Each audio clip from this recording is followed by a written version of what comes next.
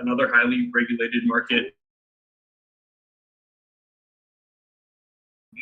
And then I found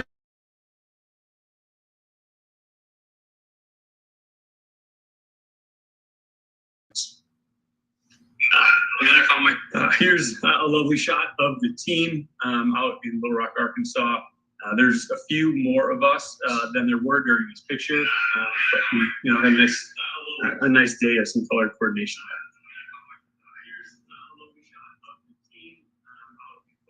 So a little bit about us, we'll dive into a few more specifics later on towards the end of the presentation, but we've been at it for 4.5, 5 years now, founded in Little Rock, Arkansas, when the medical marijuana market was coming online in 2017. We have over 200 customers and processed over $2 billion now for those customers. We're leveraging compliance and technology to unlock financial services to cannabis operators. And so we provide banking and payments and treasury management to small and medium-sized businesses, as well as large enterprises and multi-state operators. Drop some logos on the side. We're proud to support some of the big names in the industry, but also quite a few growing Michigan operators as well. See a few friendly faces on this call.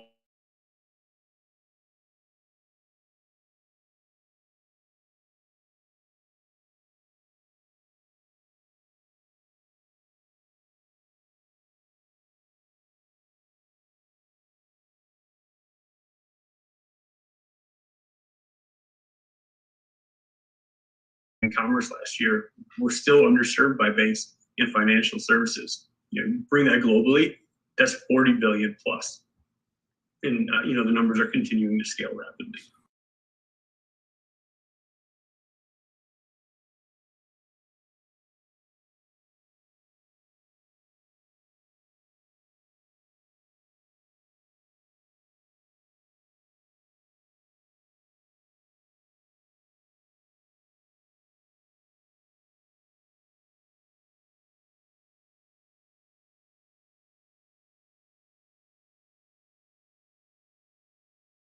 Or community bank, or another technology for a service provider that's providing that banking need.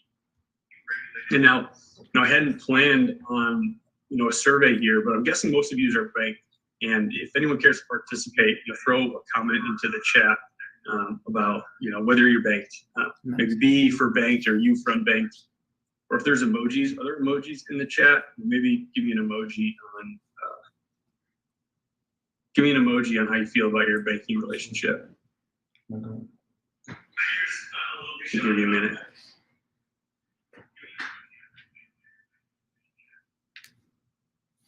We're shy this morning. All right. Well, we'll assume most of you guys are banked. And if not, a lot of this is going to be, super relevant. There we go, Pat.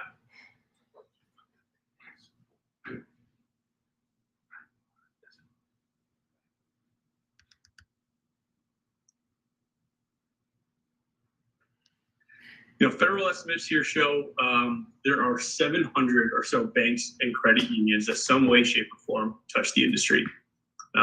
Most of these are likely one or two accounts.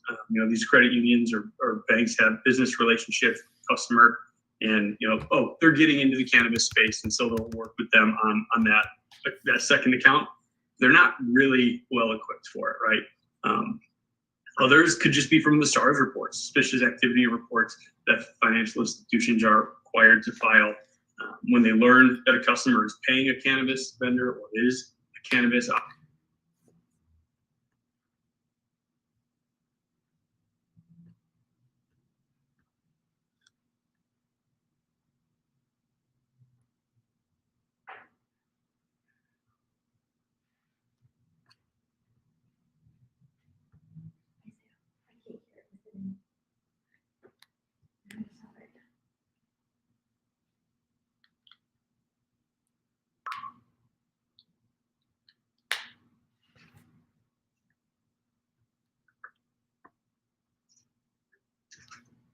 Sorry, guys. Are we seeing this here?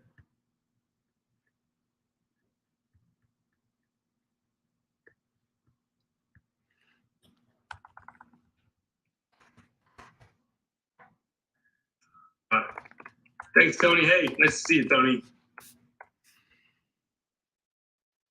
Great. Okay. So in that, right, that is less than 0.5% there. I'm sorry, less than 5% of financial institutions. But the vast majority, are not serving it in a meaningful way. There's 11,000 banks in the country, credit unions, community banks, large banks, 11,000 financial institutions there. There's only about 100 banks that are serving in a meaningful course of business way. Now, that's less than 1% of financial institutions that are out there marketing their services and actively taking on cannabis business. So are we underbanked? Unbanked? No. Underbanked? Yes. I'm not going to read this quote to you, but this is how the Federal Reserve defines underbanked. While traditional cannabis businesses can expect almost the same identical services from one bank to another, banks and credit unions that support the cannabis business vary greatly in fees and features and compliance requirements and capabilities and coverage areas, and you name it. So some banks and credit unions, you get a debit card, and others you don't.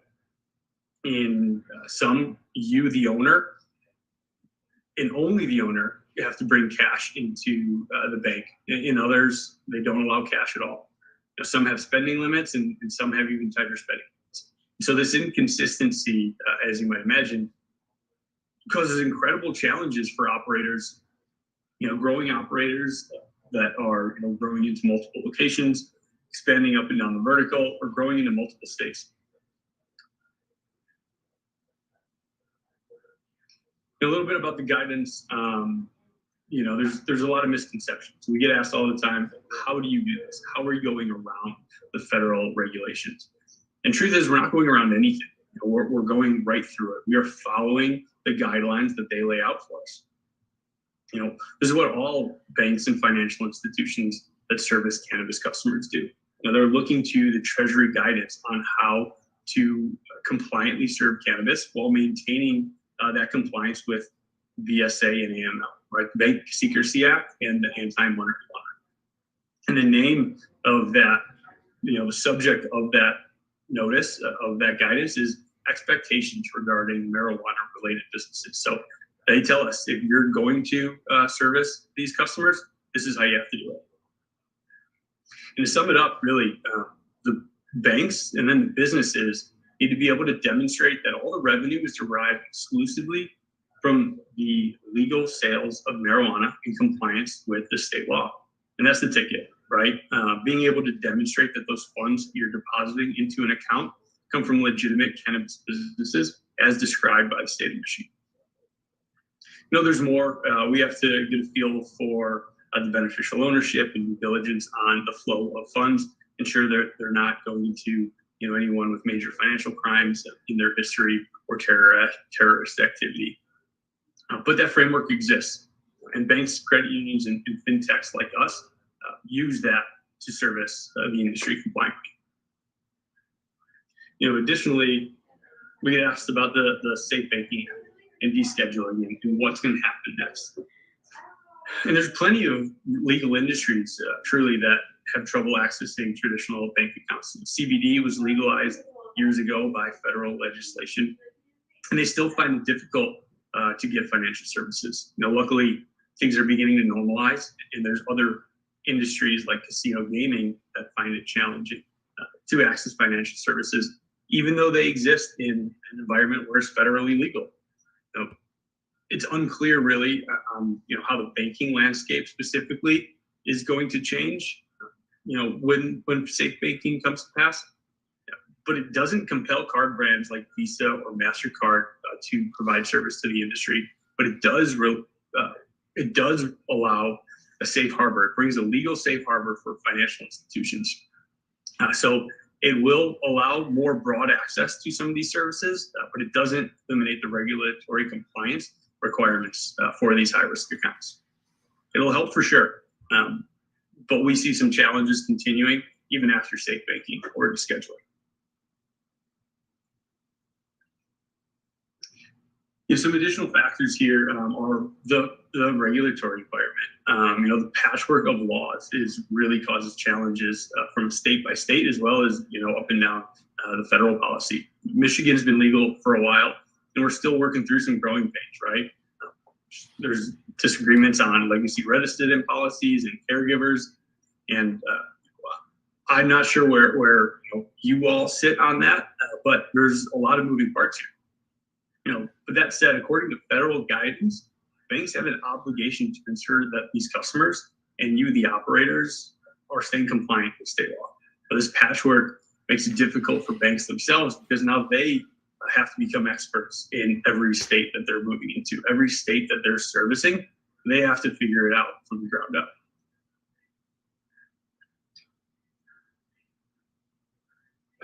And so the headaches you encounter when looking at banking also extend to other services in the industry as well, in the financial world as well. The challenges with respect to banking reverberate through the industry into other areas of financial services, mainly and most prominently, of course, retail payments. The amount of cash that has to occur at the retail level is by and large a massive issue that you operators have to encounter. But just like deposit institutions, have to monitor risk of those dollars, there's financial institutions that support those retail payments ecosystems as well. These are run by Visa and MasterCard and these other card brands. There's a lot of players in that ecosystem, and they look at the rules and regs from Visa and MasterCard that explicitly prohibit cannabis transactions. And so there's a lot of chartered institutions moving these dollars. There's a lot of other people involved and responsible for these dollars as they move through the U.S. system, bank system, under federal scrutiny, and that impacts your ability to offer retail payments. B2B payments, there's plenty of platforms out there that exist for the purpose of transacting B2B commerce. They also restrict payments. QuickBooks is probably one of the most popular that we hear about, entry-level accounting software, which has no problems really allowing you to keep records and manage your books on the platform. But as soon as you start trying to move money, they're going to have a problem. They, just like the payment system, the payment ecosystem, QuickBooks and platforms like that have institutions that back them, that back their ability, to move funds electronically through the U.S. banking system. And typically that's where they're going to limit your cannabis company's involvement with their platform. Receivables management systems as well. Anything that involves payables, you're going to have trouble. You might get away with it, but those terms and conditions likely are going to prohibit servicing cannabis. Payroll, more providers are hopping in. Paychecks had a big flashy booth in San Francisco back in December. So it's good to see that they're entering the space. Gusto's been working with customers for a little while. These guys are doing it enthusiastically and openly, but there's some other players that are kind of tiptoeing into the waters, a little bit more cautiously. Insurance is another big concern. We saw quite a few victims of theft on the retail side, at the beginning of the pandemic. That's not going away specifically. But the headlines there were that insurance companies aren't filing those claims, paying out on those claims. And so you may have gotten a policy, you may have been paying premiums and paying for these policies, but there's a carve out that explicitly prohibits insurance to be paid out on illegal businesses. Even though you're legal by the state, they'll leverage that federal illegality as an excuse to not pay out on the claim. So when you're looking for insurance, find and ask directly for providers that are friendly to the cannabis industry and have areas in their policy that allow cannabis business to be insured. Lending as well for a lot of the same concerns. Banks are uncertain about the risks of financial enforcement. They're concerned that at any point, the cannabis customer can come under scrutiny by the FBI or the DEA. Banks are inherently risk adverse. And if you ask them for a loan, now they're putting their dollars at risk. And because they can't recoup now that value of by repossessing that collateral because it's in the custody of a federal agency, they're just gonna say no, thank you. They're gonna wait on the sidelines.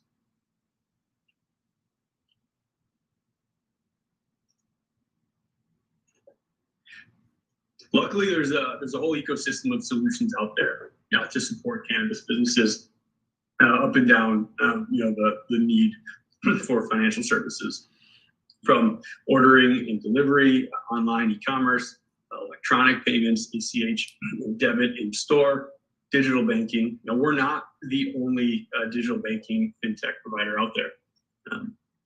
There's resources here that can facilitate your needs. And by the way, we work really closely with just about all these guys on this page. We're all here for the same reason, to normalize the industry, bring some semblance of normal financial services to the cannabis operator, to you guys. Fundamentally, though, the largest blocker, as touched on before, is a lack of support from the major card networks. Mentioned it before. A lot of folks are looking at safe banking, as the end-all, be-all, and it's going to make some progress. It's going to allow some more broad access, but Visa has stated pretty clearly that they're gonna wait until it's federally legal.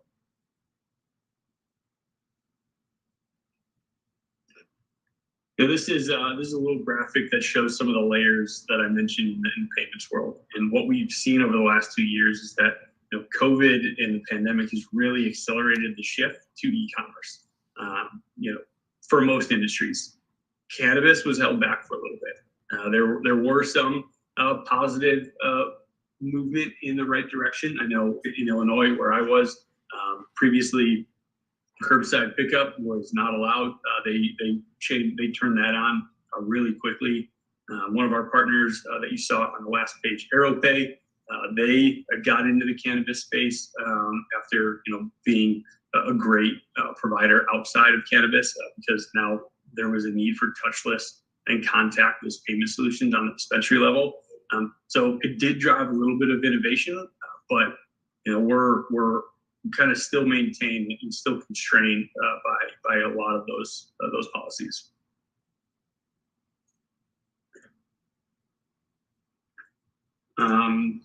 Retail payment options, right? There's a number of solutions out there.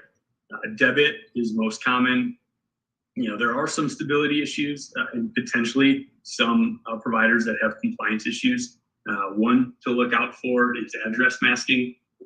This is where the merchant provider is putting the incorrect address on the terminal and on the customer's receipt. So if that receipt doesn't have your name and business address, that provider is hiding something from someone, and probably going to be probably not going to be a lot of longevity in that provider.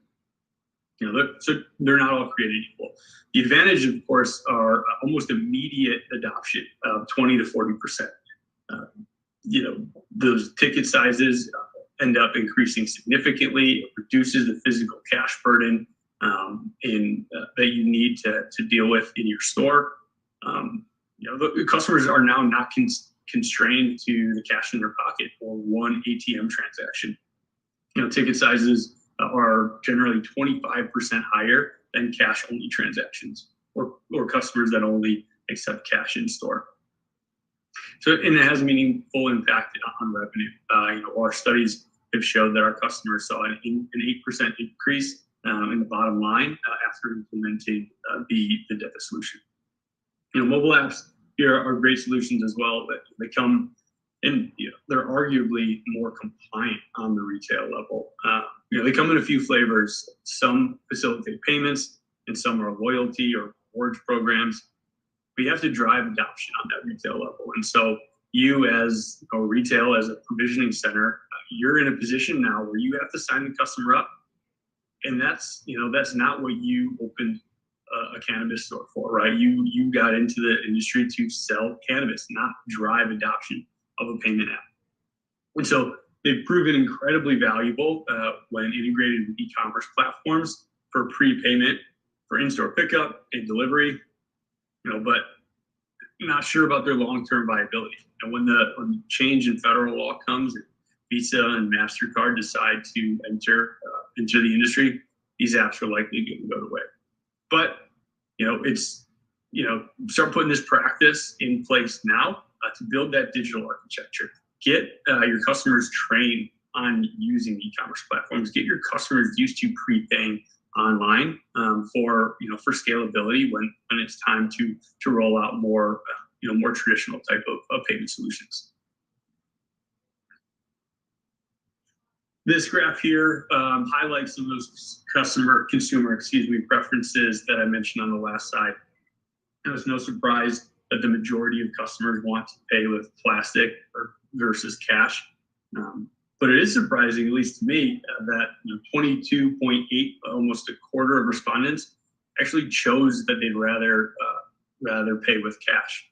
Now, as ticket prices go up, that number, they choose cash less and less. And so when a ticket size, a basket size is $100 or more, that number drops from 23 down to 8 pretty quickly. Each payment method presents a different level of business risk, but each achieves its desired result. And that's removing costs and risks associated with transacting in cash while satisfying growing consumer preference for electronic payments. Lending, this is what you guys all signed up for, right? Accessing capital is going to be tough. Conventional banks are wary of it because of their conservative nature, as discussed a little bit earlier. But there are options if you know where to look. Your community bank or credit union might be able to underwrite your real estate or construction loan. Family office may provide venture debt for some expansion or new market opportunities.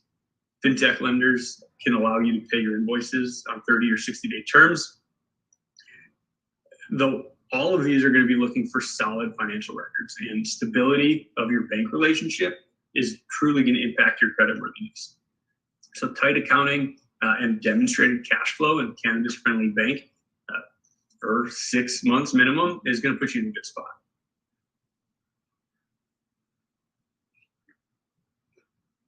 And you're going to see a wide range of terms across different lenders. And these are a couple of groups that we've worked with.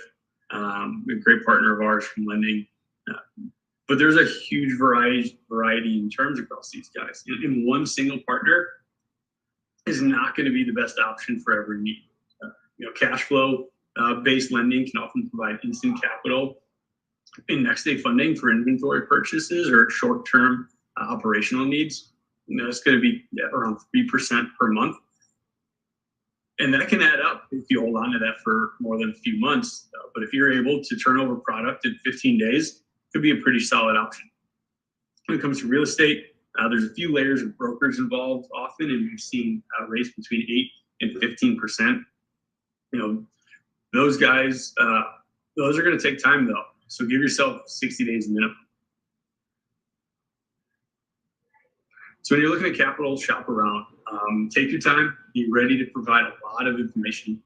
As the industry matures, there's going to be more sources of capital coming in. Companies like Dutchie are raising hundreds of millions of dollars. Now, that's equity, I know, but it's a signal that outside firms are interested. And those same trends are going to occur in the debt market as well. It's not going to happen tomorrow, and it's not going to move as fast as you and I would like, but we're making progress.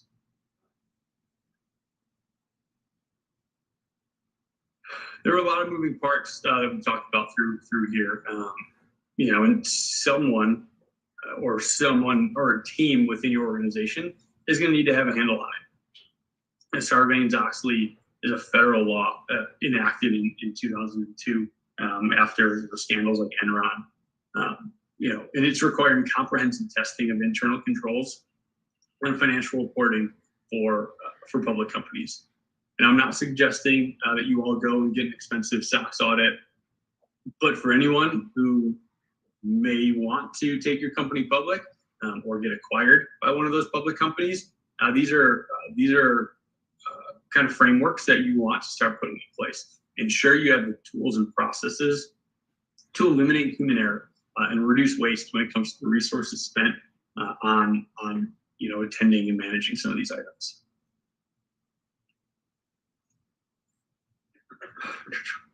And we're building solutions to help you here. An integrated bank solution can solve a lot of friction in your financial process, from internal operational controls to ensuring banks' compliance problem doesn't become your job. These integrations can save time and effort. We don't want to make compliance your burden. We're taking that on with our integrations in tech forward solution to integrate with Betric and BioTrack and working with these accounting softwares. Now, would you believe it if I told you we can help you with some of these things? I've thrown around the term fintech quite a bit, and you're probably asking yourself, what does this have to do specifically with banking? We've built a compliance and technology platform that sits between you, the operator, and the bank. Our bank partner, as you've likely gleaned from this presentation, they utilize Abaca's system to compliantly service their cannabis accounts. And you, the operator, you get a fully featured online bank platform. Compliant and FDIC checking accounts, online checks, wire transfers, send and receive ACH payments, receivables management for your wholesale transactions, treasury management modules for account aggregation and fraud protection, cash management that includes smart safes and cash logistics and ATMs. We've built this ecosystem of partners and technologies to make it easy on you, the operator. Now, we're not unique. We didn't make this model up, and it isn't brand new to the cannabis industry. But the fragmentation across the board really, needed a solution like this, and that's what we're doing here. So fintechs are out there. There's Brex out in Silicon Valley that services startups. In Chime on the consumer side serves millennials and centennials that don't even realize that you can walk into a bank and talk to a real person. They're doing it all on an app. So there's companies out there that serve other specific segments. And here's another visualization again of the ecosystem that we're building. From partners to technology optimizations, treasury management to the deposit side, and some features that we're looking at later in the year, integrating a little bit more deeply with payroll providers and insurance and some spending cards. So some takeaways. Things are changing. It's time for you to future-proof your infrastructure from a financial operations standpoint, as well as get your customers used to it as well. Payments are normalizing, and there are options, and so being able to provide your customers with as many options to pay for a product, it's going to be a win-win overall for you and for that customer.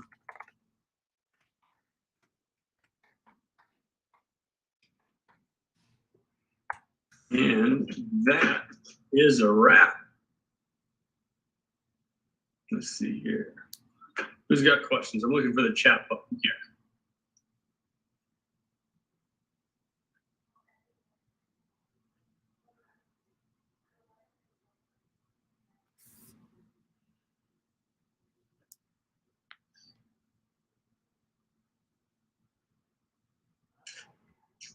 Let's see.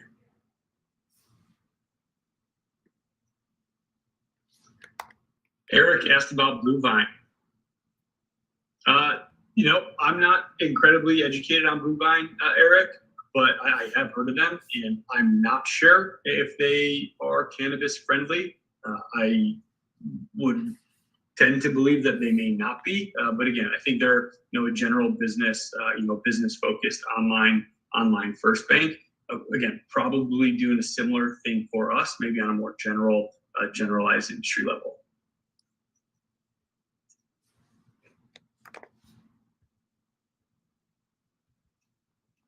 What else we got?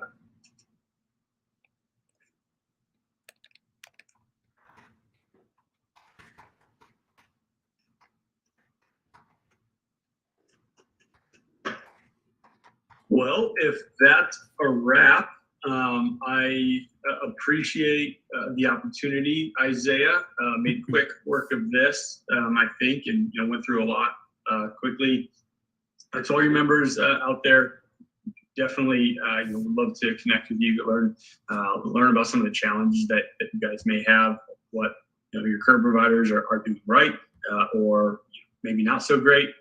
Again, we're really taking influence from our customers on the solutions that they need to do business in a normal sense. So if we don't have it today, it's something that we can put on the roadmap and work to build it. So yes, thank you. Thanks again. There's my info here on the screen, and I look forward to working with y'all.